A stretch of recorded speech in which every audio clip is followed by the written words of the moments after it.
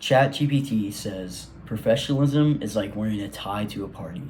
Sometimes it feels awkward, but it's better than showing up in pajamas. So, professionalism to me is the essence of putting forward your best self, putting forward your tie in every situation in order to elevate your professional status. The situations I find myself in often that require the most professionalism is when I am meeting or having conversations with successful people, and that's mainly through college connections here at Pfeiffer. For example, I was having a conversation with President Bullard about 2 weeks ago after he had finished giving up a presentation in our social media class. And then after class, I was sitting there talking to him, and I was very proactive about since this is the president of the university, I was trying my best to appear professional, firm handshakes, very respectful tone, doing all the things that I should, because at the end of the day, he's the president of the university, and he's person that I need to be professional to, at all situations. And the way I think about it, professionalism as a whole for me, is that there's always a potential that the person that I'm talking to, especially if they're very successful, could hire me in the future if I impress them enough. And the way that I can impress them is, by being professional. And the best thing that I do professionally is my effort. I'm very proactive in, again, being, keeping up a friendly, approachable, and hireable appearance, especially when I'm in an environment where a lot of professionals are present. I think that putting forward a friendly but kind of business-like attitude towards people in an environment where that might not be the norm, like at Pfeiffer, a lot of students don't have that kind of appearance or attitude. Having that contrast reflects very well upon you. I also think that people would say that I excel professionally in my work ethic, working hard.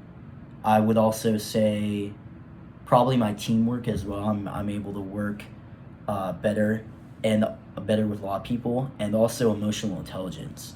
I think that over recent years, I've become proud of the way that I have, met more and more people and increased my emotional intelligence that way.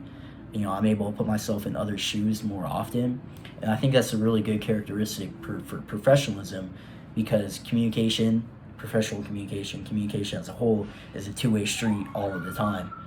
Everyone else has different feelings and thoughts that motivate the way they act, and I think understanding that has allowed me to navigate professional conversations more effectively. Going back to the example with Dr. Bullard, I was asking questions about, why we were talking about Pfeiffer's branding, and I was like, well, why would a student choose Pfeiffer over a big university? And, he was kind of, that's a tough question. So he was kind of like skirting around the answer, because at the end of the day, his motivation is that he's the president of Pfeiffer and he has to represent Pfeiffer in a positive way. And I kind of, I realized that he was kind of intentionally being, vague with his answers. So I didn't, I kind of laid off the question a little bit, because I wanted to be professional and not put him in a weird situation there where he's, not talking about Pfeiffer in a positive light.